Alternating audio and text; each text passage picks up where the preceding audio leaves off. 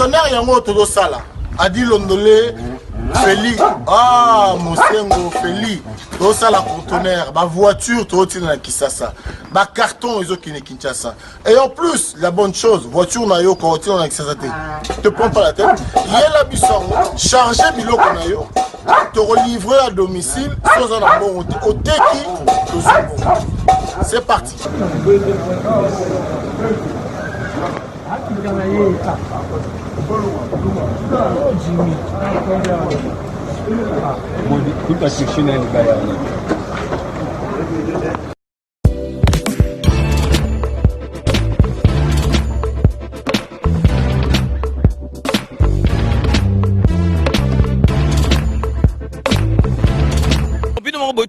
Donc, vous vraiment contact, numéro, ils allaient défiler, bengi, fret maritime, Feli Mosengo, donc, ils allaient à semaine, donc, on a besoin, il y a 30 cartons seulement.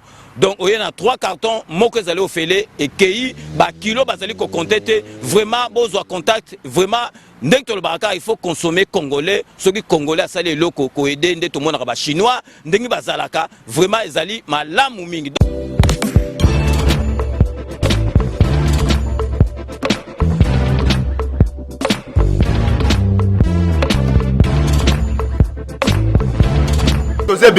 UDPS viva! Viva! Fatiba! Combattant et combattante, bonjour. Combattant, tous sur le coup, mon accord Zambé a zobaté la nganayo. Bon, koyoka présent J clairement, où tu kolobete. Biso na bino, tout à la liste sur le colo yani. Oyo de quoi où tu kolobanandolo, même présent J la yebiango samedi na Tchangu. Samedi na Tchangu, tant va passer biso information. Baso kabola mbongo, yango tozo ebisa tous les présents à parlement debout. Ba oyo batambola katanga tanga, oyo bazana vie ya makolo. Toyebisi bino bisika bozali bokeba. Nazo yebisa surtout ba parlement ya butu. Parce que là tozo loba batia ba terminer bango en marche. Tozalaki na président mutumo apesi biso carte na bango nyonso. Awa tozo ebisa bino nzoko oyo tobengi ngando. Oyo azalaki na ngolo na mai na ebisi bino. Oyo tobengi ngolo déjà akufa bandaka. Kala. Etikali biso na bino to papa ye. Papa Kabila comprendre ete na minute oyo biyake bisali nini? Mikoki. Awa bolandaki envoyé spécial oyo ya Ru Kenyatta. Ayaki awa. Le fils Kaboyokaki, même na ba etandoke bazobelelete.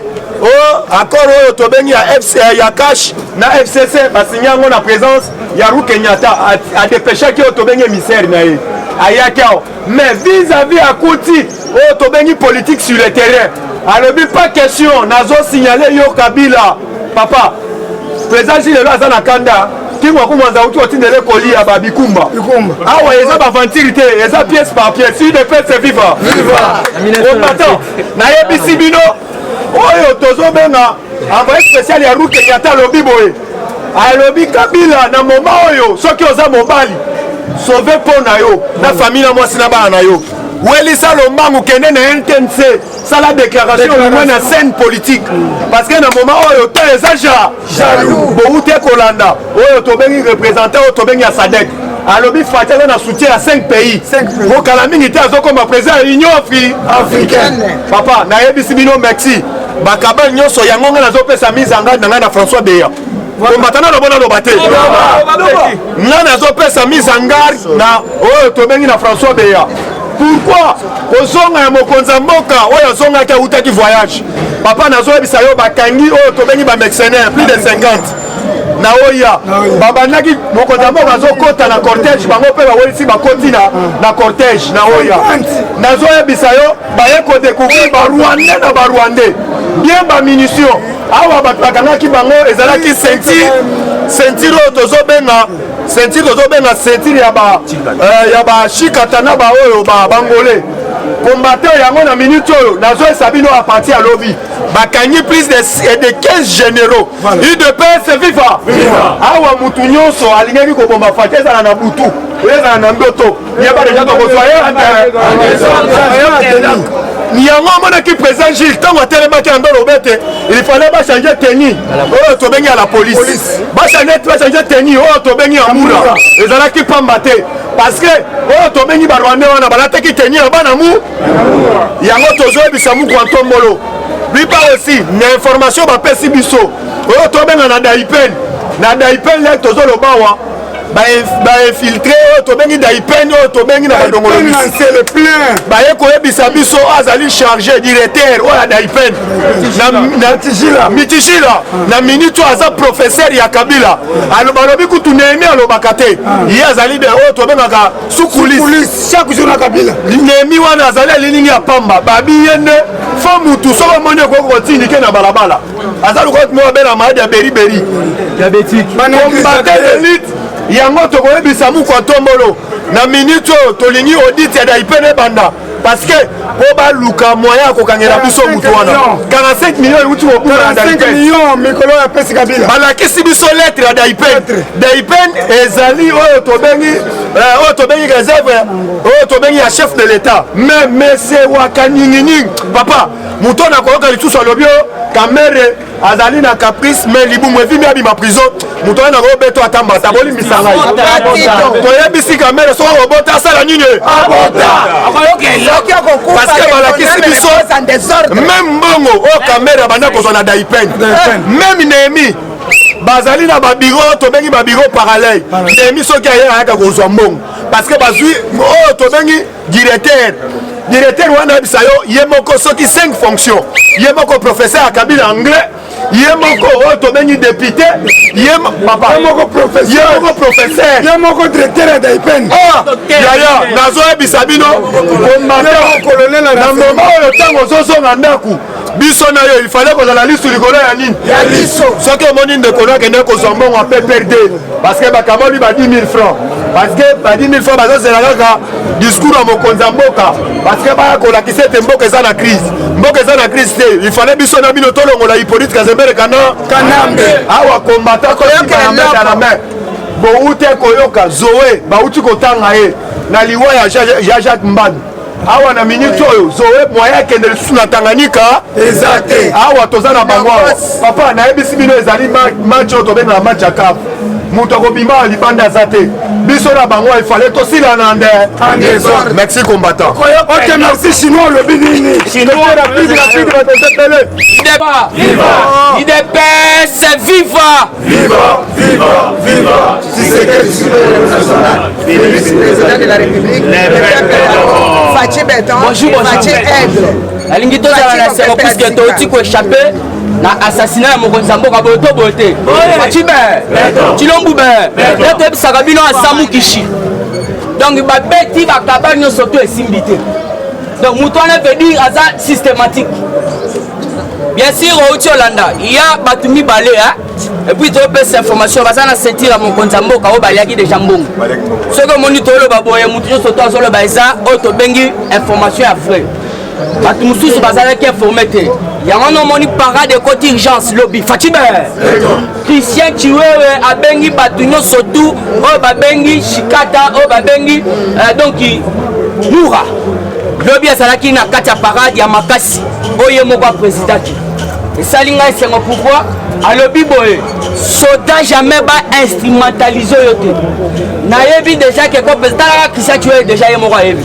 alobi que beaucoup de politiciens ont tenté de corrompre les soldats alors que ba soki na zuyo na kopo wana umukama wana Christian Chiwewe le commandant oyo aza kotala ba garde républicaine donc alobi soldat oyo nyonso tunga na koyoka na kati ya dossier wana nyonso tu ok aliaki mbongo epa bapoliticien aliaki mbongo po kote oyo po baya basala boye nga moko na kokanga ye bango nyonso tu balobi iyo yango na oyokaki awa bakaba nyonso tu oyo bango nyonso tu bapreparaki esimbi te yango tolobaka Fachi aza nzambe c'est pas pour rien omonaki alobi tozwa mboko oyo topesana nango epa nzambe ezalaki un certain 25 mai boye alors bino bomonaki neti baje alors ezalaki déjà signe ya kopesa nzambe Congo alors monguna nyonso tu makambo nyonso tu akosala puisque la Bible nous dit ce qui est révélé kosakana na Bible te yango na moni bakaba nyonso tunde toloba boye eza na mai toujours na kati actualité politique to pesa information président Gilles balobi c'est là l'angila bloque l'investissement des Allemands et il exige 10% il y a la gouli papa je n'aime pas même en ville ya ba komona c'est un Rwandais basé belé alors balobi aza ko bloquer processus ya investissement ya ba allemand o ba ya ki po ba investir aza ko exiger 10% au moment où ba investisseur bango moko bazo ko boya o to bengi koza l'actionnaire ye moko alingi aza l'actionnaire ya ba allemand alors ba allemand balobi wana eza sale comportement tolingi yango te yango bomoni investissement ya ba allemand tina minute oyo eza freiné c'est à cause ya sele ya la gila yango na boyoki lobby madame Tumbanzeza apesi déjà meeting de lelo babanda au produit ba passeport mbongo nyonso to ya bando kende soki na voilà ya bank ya mwana F-Bank FNB Bank alors nde place mongo ekokende alors sele ya la gila azalaki ko profiter pourquoi ya banda luka mbongo ekende na Sophie Bank alors eloko Tumbanzeza boyaki na mutema na ye mobimba alobi wana déjà eza complot na bino alors qu'est-ce que ça na FNB Bank nde place congolais nyonso tout akozwa mbongo akende otala kuna kwa la enregistrer toujours na kati actualité politique na betana mo mke pona Barnabé 5 kadoko Barnabé boyoki alobi ye ayaki na mbula ayaki na masasi abetaki masasi je vous dis vrai Barnabé là bakotaki atendela za kadoko atika ko beta armate Barnabé atikala ko beta ta armate ndenga sana alors qu'est-ce qui se passe et ça cop na bango na Azaria Souberwa alors mon rebeti ça auto bengi yango mon rebeti ça masoro fi munde yango yango il faut comprendre ndeko na Henri Magie assuraki ba même sort alors il faut comprendre que y a problème ezani eza kabal puisque soko landi anerler bakangie azalaki na kepso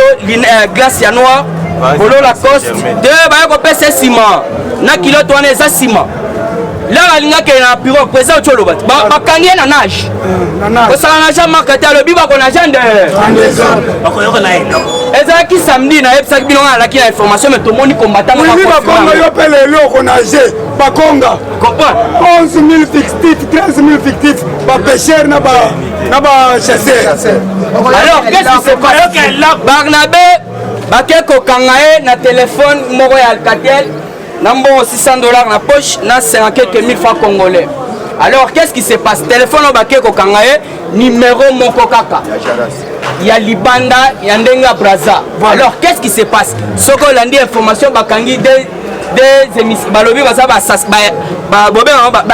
mercenaires bakangi bango na Braza bakangi bango pourquoi nde batuye Barnabé puisque azalaki sir là alobi que président Kolia Mbuma ezalaki kabal yango moni auto bengi mova aza ko recruter kuna na Fizi auto bengi Oliva banda ko recruter côté na bango na est côté Kagame aza ko recruter kuna et pas na bango po atinda boy alors il faut comprendre que ba o Kagame atindaki lokola ba espion ba combattant auto bengi ba congolais solo na kati ya est basalaki ko bakokai kosala bango puisque Kagame atindaki déjà batu pe bakota basangana yango no yokaki o nde tozoloba boy Barnabé baza ko condamné na 3 ans de prison alors qu'est-ce qui se fait ça mo biso to be ça muke mutuana il faut ba bete à 100 ans de boloko eza boyote puisque eza kabal vrai let's go ba tuna papa pourquoi le baki bongo que président akolia mbuma ote na lobi na ngaka après président il va manger les fruits seul mobimba ba katali na ko serate na ba juge ya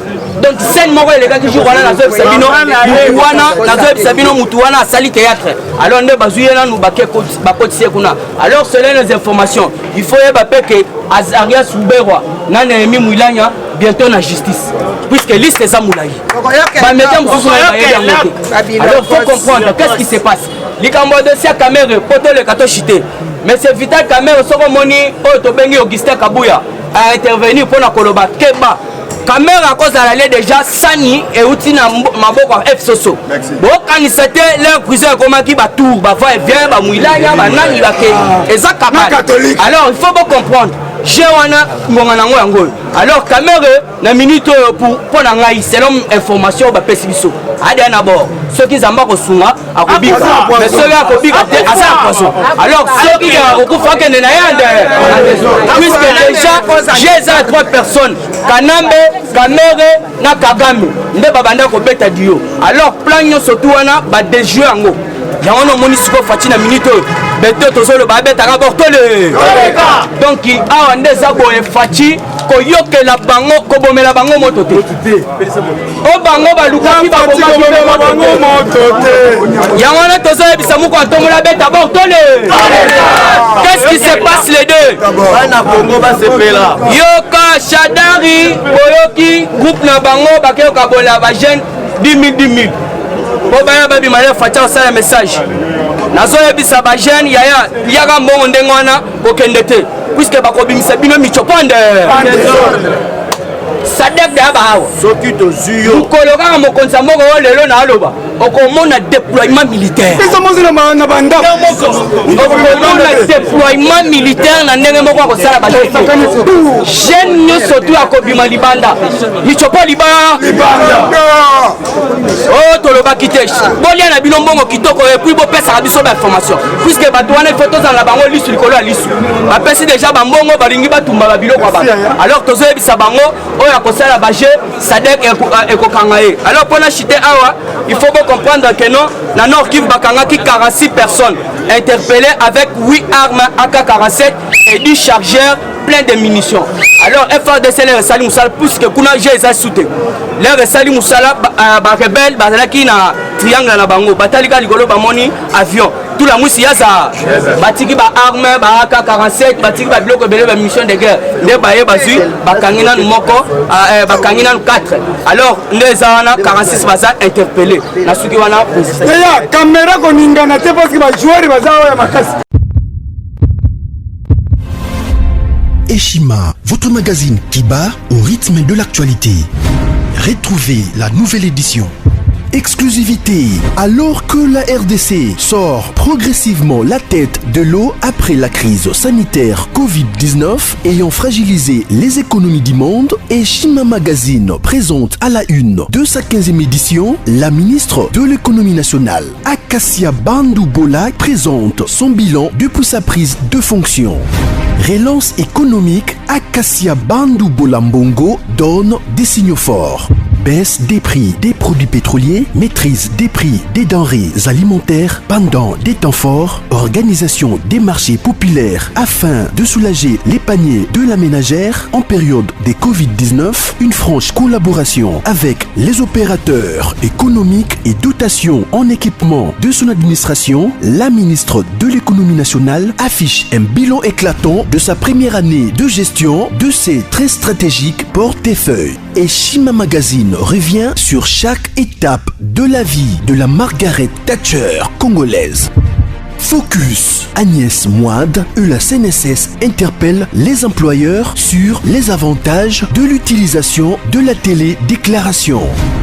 Payer l'impôt est un devoir civique. Barnabé Mwakadi Mwamba, directeur général de la DGI, sensibilise les assujettis.